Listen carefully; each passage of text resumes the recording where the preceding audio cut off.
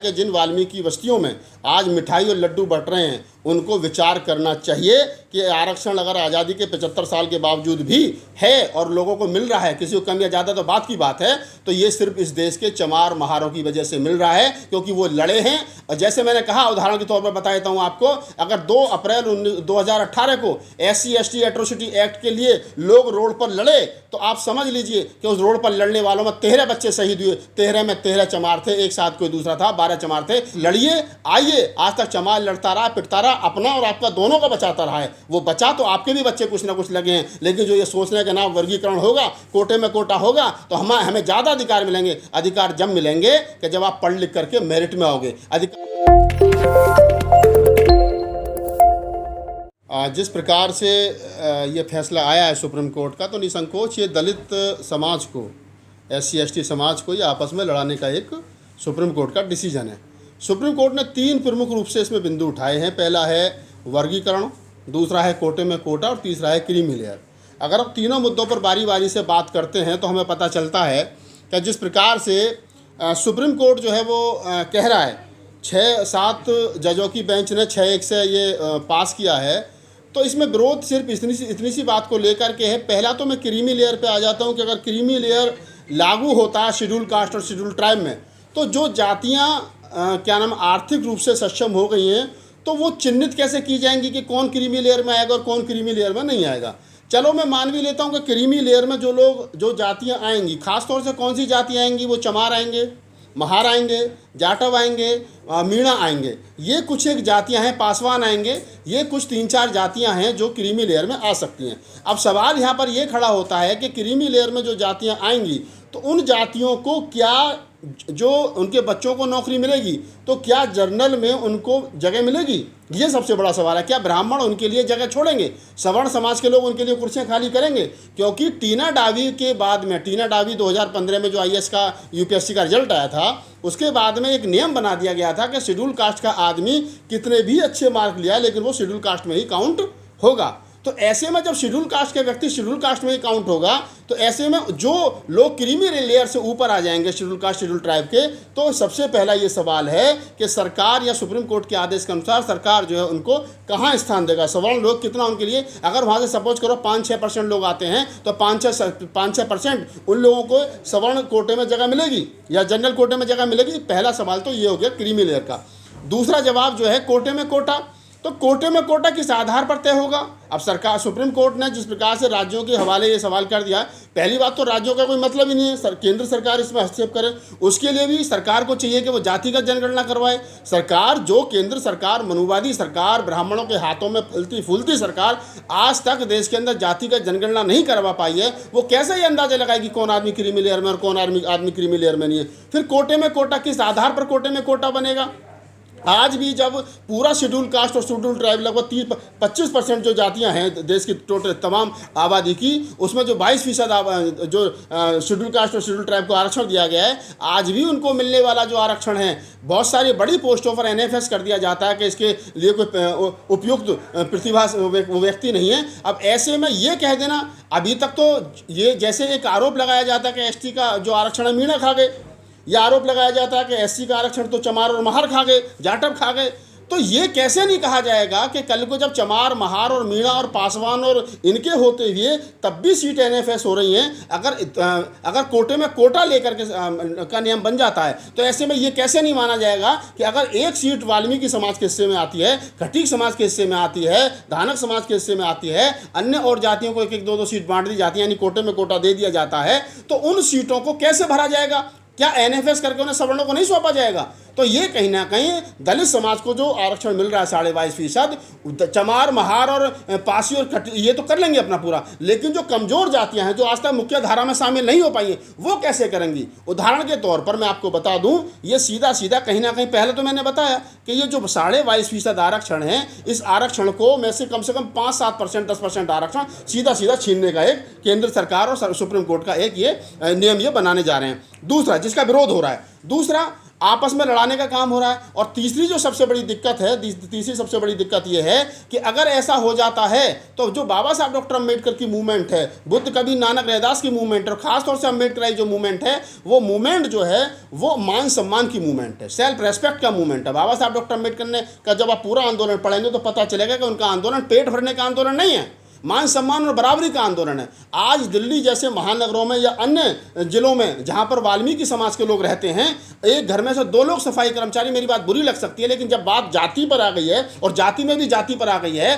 तो फिर मुझे जाति के आधार पर बोलना पड़ेगा। तो मैं ये कह रहा हूँ बड़े विश्वास के साथ में कि अगर सब जो वाल्मीकि समाज के लोग कॉलोनियों में रहते हैं, महानगरों में रहते हैं, दिल्लियों में रहते हैं, आज तक वो अपना स्टैंडर्ड डेवलप नहीं कर पाए। आज भी पति पत्नी दोनों नौकरी करते हैं, 50-50 हज़ार रुपये सफाई कर्मचारी के रूप में उनको तनख्वाह मिलती है, 1 लाख रुपए घर में तनख्वाह आ रही है, ना तो उनका रहना सहना ठीक हुआ है और ना उनका खान पीन ठीक हुआ है। आज भी रेल की पटरियों के किनारे या फिर क्या नाम है नालों के किनारे वो महानगरों में बस रहे हैं। ये दुख का विषय है। वो हमारे छोटे साथी हैं, उनको उनके पास में आय के साधन बने तो उनको सुधार करना चाहिए था। आज भी 1 लाख रुपए तनख्वाह लेने के बाद में दिवाली और होली के अगले दिन वो किसी सवर्ण समाज के आदमी के सामने रात का झूठन लेने के लिए और 20, 25, 50 रुपए लेने के लिए खड़े होते हैं, तो इसका मतलब उनमें वो आत्मसम्मान नहीं आया है। और जो रमेश भंगी या अन्य अज्ञान जी जैसे जो हमारे वरिष्ठ साथी हैं, बॉस साहब जैसे हमारे वरिष्ठ साथी हैं, हमारे बड़े भाई हैं, उनका सम्मान करते हैं, लेकिन जिस प्रकार से वर्गीकरण करने की बात की जा रही है, मेरा सवाल वहीं खड़ा है कि अगर आपको आरक्षण दे दिया जाए तो क्या आप उस आरक्षण को बचा पाएंगे? आज टोटल शेड्यूल कास्ट के आरक्षण को, SC ST के आरक्षण को अगर आंदोलन होता है आरक्षण बचाने के लिए या अन्य किसी को कोई आंदोलन होता है तो कौन रोड पर लट खाता है? सबसे ज़्यादा चमार जाटव खाता है, महार खाता है, पासवान निकल करके थोड़ा बहुत बिहार में आता है, और कौन सी चौथी और पांचवी जाति आ रही है? नहीं आ रही है। जब उस आरक्षण बचाने की बात हो, SC ST एट्रोसिटी एक्ट को बचाने की बात हो, तो बचाता कौन है? चमार बचाता है, जाटव बचाता है, महार बचाता है, चमार की उपजातियाँ रोड पर निकल करके आती हैं, पासवान बिहार का बचाता है, महाराष्ट्र का महार बचाता है, और बताओ कौन आता है निकल करके? और तो RSS की शाखाओं में कच्छा पहन करके जा रहे हैं। और अब जिस प्रकार से वर्गीकरण किया जा रहा है, ये तय है कि इनको अगर आरक्षण मिल गया तो चमार अपना 10% बचा लेगा, महार अपना बचा लेगा, पासी और ये अपना बचा लेंगे, लेकिन जो इनके हिस्से में 3 और 4% आरक्षण आएगा कोटे में कोटा, उसको कौन बचाएगा? अब तक तो चमार महार लटका करके बचाता रहा, लेकिन वो फिर इनका क्यों बचाएगा? वो अपना बचाएगा। तो ना तो इनको आरक्षण मिलेगा, ना इनको कुछ मिलेगा। ये ब्राह्मणों के हाथों में, मनुवादियों के हाथों में खेल रहे हैं। और जो ब्राह्मण मैंने देखा, आज सुबह से मैं देख रहा हूँ, कल से देख रहा हूँ कि जिन वाल्मीकियों बस्तियों में लड्डू बट रहे हैं, जिन खटीक समाज की बस्तियों में लड्डू बट रहे हैं, और वो खुश हो रहे हैं कि अब हमारे बच्चे भी जज और कलेक्टर और मिनिस्टर बनेंगे, तो मैं उनसे कह देना चाह रहा हूं कि आपके लिए दरवाजे कल भी खुले थे, कल सुरक्षित हाथों में थे आज, लेकिन अब आप उन लोगों से उम्मीद कर रहे हो, ब्राह्मणों से और लालाओं से उम्मीद कर रहे हो कि वो आपके लिए दरवाजे खोलेंगे, वो आपके लिए लड़ेंगे। वो कभी आपके लिए नहीं लड़ेंगे। ये विचारणीय प्रश्न है। पहला ये कि हमें आपस में लड़ाने की कोशिश की जा रही है, और दूसरा ये मैं आपको बता दूं कि जो वर्गीकरण है और जो क्रीमी लेयर, जो मैंने सारी बात बताई आपको, ये तय करता है कि जो इस देश की मनुवादी ताकतें हैं वो किसी भी कीमत पर, किसी भी हाल में इस देश के दलित समाज को समृद्ध नहीं देखना चाहती हैं। वो चाह रही हैं, जैसे आरोप लगता है कि चमार आरक्षण खा गए। अब आप देखेंगे कि 1925 में 1975 में सबसे पहले पंजाब में A और B कैटेगरी में बांटा गया। उसमें A कैटेगरी में चमार रखा गया। चमार और चमार की उपजाति, चाहे जाटव है, चमार है, कुरील है, अहिरवार है, दोहरे है, सतनामी है, चाहे वो रैगढ़ है, चाहे रविदासी, उन जातियों को रखा गया। और दूसरी कैटेगरी में जो है वो वाल्मीकि और अन्य जातियों को रखा गया। 1990 और 91 के आसपास जो है फिर उसमें हरियाणा में रखा गया। हरियाणा में फिर A और B कैटेगरी बनाएगी। उसमें एक कैटेगरी में चमार रखा गया और दूसरी कैटेगरी में वाल्मीकि और प्लस 35 जातियाँ और रखी गई। फिर 94 में आंध्र प्रदेश में, फिर अन्य तमिलनाडु में, 4 राज्यों में ये आरक्षण को बांटने की पहले कोशिश की गई है, लेकिन 3 बेंचों की सुप्रीम कोर्ट की जज ने इसको खारिज कर दिया था, क्योंकि आर्टिकल 341 का ये कहीं ना कहीं उसका विरोध है। उसके बाद में अब 2010 से लेकर के अब तक जो लोग लड़ रहे थे इस पर, वो आज हारे हैं।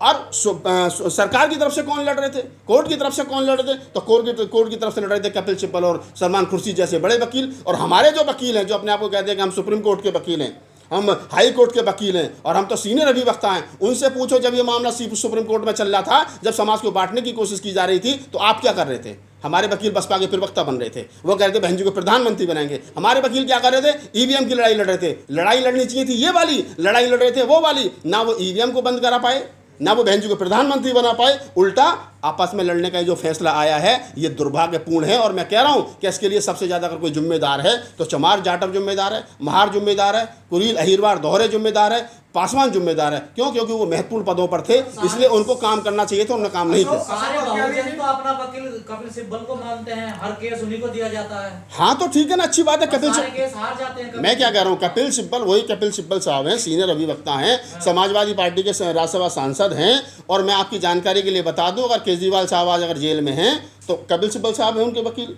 अगर शिबू सोरेन साहब जेल में गए तो कपिल सिब्बल उनके वकील थे। और वो जेएनयू का लड़का है, क्या नाम है उसके, 18 उमर खालिद, उसकी 18 बार बेल कैंसिल हो गई, वो कपिल सिब्बल साहब उसके वकील हैं। तो मैं तो ये नहीं समझ पा रहा हूँ कि सीनियरिटी का दायरा क्या है। अगर सीनियरिटी का दायरा ये है कि किसी व्यक्ति की 18 बार बेल कैंसिल हो जाए और वकील बेल ना करा और कहे मैं सीनियर एडवोकेट हूँ, तो भाई कैसा सीनियर एडवोकेट है? फिर तो हमें लग रहा है कि ये हमारे जो नई उम्र के बच्चे आ रहे हैं ये बहुत अच्छे वकील हैं। जितने भी आरक्षण विरोधी मामले हैं सब में कपिल सिब्बल जरूर पाए जाते हैं। हाँ तो देखिए, मैं क्या कह रहा हूँ, बाबा साहब डॉक्टर अम्बेडकर से एक बार पंडित दीनदयाल उपाध्याय ने कहा कि डॉक्टर साहब कभी हमारे घर पर भी आकर के चाय पीजिए। तो बाबा साहब ने मुस्कुराते हुए बड़ी अच्छी बात कही। बाबा साहब ने कहा कि ब्राह्मणों की चाय मीठी जरूर होती है लेकिन स्वास्थ्य के लिए हानिकारक होती है। तो ये समझना चाहिए कि ब्राह्मणों की गोद में बैठ करके जो पकौड़ी और चाय खा रहे हैं और जो उन्हें अपना रहनुमा समझ रहे हैं, उनको समझिए कि ब्राह्मण जो है उसकी चाय कॉफ़ी मीठी तो हो सकती है लेकिन आपके लिए खतरनाक है और अत्यंत खतरनाक है। वीर सिंह बहुत, रमेश बंगी जैसे इन्होंने स्वागत किया है इस आपके सवाल का मैं जवाब दे चुका हूं। मैंने कहा है कि जिन वाल्मीकि बस्तियों में आज मिठाई और लड्डू बंट रहे हैं उनको विचार करना चाहिए कि आरक्षण अगर आज़ादी के 75 साल के बावजूद भी है और लोगों को मिल रहा है, किसी को कम या ज़्यादा तो बात की बात है, तो ये सिर्फ इस देश के चमार महारों की वजह से मिल रहा है क्योंकि वो लड़े हैं। और जैसे मैंने कहा, उदाहरण के तौर पर बता देता हूँ आपको, अगर 2 अप्रैल 2018 को SC/ST एट्रोसिटी एक्ट के लिए लोग रोड पर लड़े तो आप समझ लीजिए कि उस रोड पर लड़ने वालों में 13 बच्चे शहीद हुए। 13 में 13 चमार थे, एक साथ कोई दूसरा था, 12 चमार थे। मुझे बताओ, जब लड़ेगा चमार मरेगा चमार, लड़ चमार खाएगा तो फिर माल वो नहीं खाएगा तो कौन खाएगा? वही खाएगा ना। आपको अगर चाहिए तो आप लड़िए, आइए। आज तक चमार लड़ता रहा, पिटता रहा, अपना और आपका दोनों का बचाता रहा है। वो बचा तो आपके भी बच्चे कुछ ना कुछ लगे हैं, लेकिन जो ये सोच रहे हैं कि ना वर्गीकरण होगा, कोटे में कोटा होगा तो हमें ज़्यादा अधिकार मिलेंगे। अधिकार जब मिलेंगे कि जब आप पढ़ लिख करके मेरिट में आओगे। अधिकार जब मिलेंगे कि जब आप लड़ना सीखोगे। बिना लड़े तो भाई साहब कोई कुछ नहीं दे रहा, अपने वाले नहीं देंगे, दूसरे वाले कहाँ से देंगे? इतना आसान थोड़ा है ना, अभी तो सरकार के पास कोई डाटा नहीं है ना, कोर्ट के पास कोई डाटा लागू थोड़ा। देखिए, आप जो कह रहे हो कि नहीं, वो मैं पहले ही कह चुका हूं कि इसके लिए जातिगत जनगणना करवानी पड़ेगी और जातिगत जनगणना से सरकार पहले ही भाग रही है। दूसरा, अब ये कैसे तय किया जाएगा कि SC/ST में कौन क्रीमी लेयर में आ गया, कौन क्रीमी लेयर में आ गया? उसका जो पैमाना है वो क्या है क्रीमी लेयर का? 1 करोड़ वाला आदमी क्रीमी लेयर में आएगा, 2 करोड़ वाला क्रीमी लेयर में आएगा, जो एक बार चपरासी बन गया दोबारा उसका बच्चा चपरासी बन गया वो क्रीमी लेयर में आएगा, या वो क्रीमी लेयर में आएगा जो एक बार IAS हो गया दूसरा उसका बच्चा IAS हो गया वो क्रीमी लेयर में आएगा? तो क्रीमी लेयर में आएगा कौन? पहले तो क्रीमी लेयर का सवाल है। फिर जो शेड्यूल कास्ट में और शेड्यूल ट्राइब में जो बताया जा रहा है कि हम कोटे में कोटा देंगे, तो कोटे में कौन सी जातियां बाहर जाएंगी, कितने % जाएंगी, कौन सी जातियां अंदर रहेंगी, कितने % रहेंगी, ये कैसे तय किया जाएगा? ये तय होगा जातिगत जनगणना से, आर्थिक रूप से पता चलेगा कि किस प्रकार से, तभी जाकर के हो सकता है। ये जो सातों जज हैं इनमें एक भी दलित नहीं है, ना SC है ना ST है। इनमें एक SC है, गवई साहब SC हैं जिन्होंने क्रीमी लेयर का समर्थन किया है, ठीक है। और एक महिला है साधु ब्राह्मण है जिन्होंने इसका कहा है कि आर्टिकल 341 का, हाँ वेला त्रिवेदी, वो ब्राह्मण है, उन्होंने कहा है कि आर्टिकल 341 का ये आर्टिकल 341 का ये उल्लंघन है, लिहाजा मैं इससे सहमत नहीं हूँ। लेकिन 6 जज जिसमें चीफ जस्टिस साहब जो है वो खुद शामिल हैं, तो पहले तो यही सवाल खड़ा होता है कि चीफ जस्टिस साहब पहले तो इसी बात का जवाब दें कि आप लोगों को लिए न्याय दिलवा रहे हो, कोटे में कोटा दिलवा रहे हो, जातिगत क्या नाम है, जाति में जाति ढूंढ रहे हो और कह रहे हो नहीं सबका भला होना चाहिए। तो इसी सुप्रीम कोर्ट में पहले चीफ जस्टिस साहब, अब चीफ जस्टिस साहब हैं, पहले इनसे पहले उनके पिताजी चीफ जस्टिस रहे, उनके दादाजी चीफ जस्टिस रहे। बड़े मजे की बात है कि जिस परिवार में से 3 आदमी चीफ जस्टिस रहे हों और 33 में से लगभग 28 जज ब्राह्मण हों, वो लोग कह रहे हैं कि साहब कोटे में कोटा होना चाहिए। मुझे तो हंसी भी आती है कई बार, मैं तो कहता हूँ सुप्रीम कोर्ट है या ब्राह्मण कोर्ट है। तो इन लोगों से उम्मीद करना बेईमानी है। मैं तो फिर पुनः तमाम लोगों से अपील करूँगा, जो लोग मिठाई बांट रहे हैं, जो लोग लड्डू बांट रहे हैं, कि अगर आप लोग सुरक्षित हैं तो अपने बड़े भाई के संरक्षण में सुरक्षित हो सकते हैं। अगर मैं कमज़ोर हूं तो मैं मजबूत तब हो सकता हूं तब मैं अपने बड़े भाई के साथ रहूं। अगर मैं अपने बड़े भाई से लड़ करके अपनी एक कोठरी अलग ले लूं उससे बंगले में से और मैं सोचूं कि ब्राह्मणों के साथ जा करके मैं सुरक्षित हो जाऊंगा, मुझे पता है ब्राह्मणों के साथ मैं सुरक्षित नहीं होऊंगा। वो मेरी एक कोठरी भी छीन लेंगे और मेरी पिटाई भी करेंगे। धन्यवाद।